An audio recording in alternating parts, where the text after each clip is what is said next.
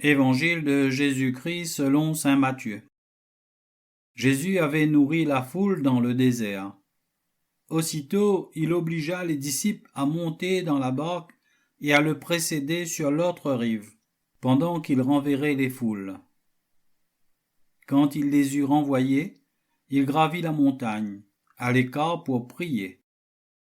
Le soir venu, il était là, seul. La barque était déjà à une bonne distance de la terre. Elle était battue par les vagues, car le vent était contraire. Vers la fin de la nuit, Jésus vint vers eux en marchant sur la mer. En le voyant marcher sur la mer, les disciples furent bouleversés. Ils dirent : « C'est un fantôme. » Pris de peur, ils se mirent à crier. Mais aussitôt Jésus leur parla. « Confiance, c'est moi, n'ayez plus peur. » Pierre prit alors la parole. « Seigneur, si c'est bien toi, ordonne-moi de venir vers toi sur les eaux. » Jésus lui dit : « Viens. » Pierre descendit de la barque et marcha sur les eaux pour aller vers Jésus. Mais, voyant la force du vent, il eut peur, et, comme il commençait à enfoncer, il cria : « Seigneur, sauve-moi !» Aussitôt Jésus étendit la main, le saisit et lui dit : « Homme de peu de foi, pourquoi as-tu douté ? » Et quand ils furent montés dans la barque, le vent tomba. Alors ceux qui étaient dans la barque se prosternèrent devant lui, et ils lui dirent : « Vraiment, tu es le Fils de Dieu. » Après la traversée, ils abordèrent à Génézareth.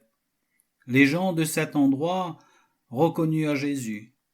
Ils firent avertir toute la région, et on lui amena tous les malades. Ils le suppliaient de leur laisser seulement toucher la frange de son manteau, et tous ceux qui le faisaient furent sauvés.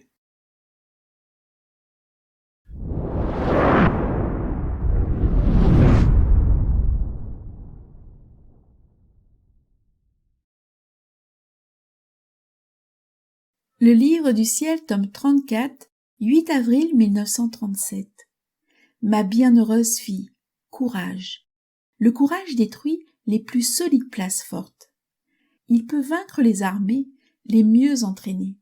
Il affaiblit notre puissance, ou plutôt se l'approprie et conquiert ce que veut la créature. Et nous, voyant qu'elle n'a pas le moindre doute d'obtenir ce qu'elle veut, car le doute diminue le courage, nous lui donnons plus que ce qu'elle demande. Ma fille, courage, confiance et insistance, amour dans notre volonté. Voilà les armes qui nous blessent, nous affaiblissent et permettent à la créature d'obtenir de nous ce qu'elle veut. Je veux te dire la raison pour laquelle je te retiens sur cette terre. Tu sais que notre divine volonté est immense et qu'il manque à la créature la capacité et l'espace pour être capable de l'embrasser tout entière. Il lui est par conséquent nécessaire de la prendre par petites gorgées, que tu lui donnes lorsque tu accomplis tes actes dans mon vouloir. Lorsque je te manifeste une vérité concernant mon vouloir, si tu pries, si tu désires que mon règne arrive, si tu souffres pour l'obtenir, ce sont toutes des petites gorgées qui augmentent la capacité et forment l'espace où placer les gorgées de mon vouloir. Et en faisant cela, tu enfermes tantôt une génération, tantôt une autre, qui doit posséder le royaume du divin fiat. Tu dois savoir que les générations sont comme une famille, où chacun a droit à l'héritage du Père, dont les membres forment un corps unique dont je suis la tête. Et lorsqu'un membre accomplit et possède un bien, les autres membres acquièrent le droit de faire et de posséder ce bien.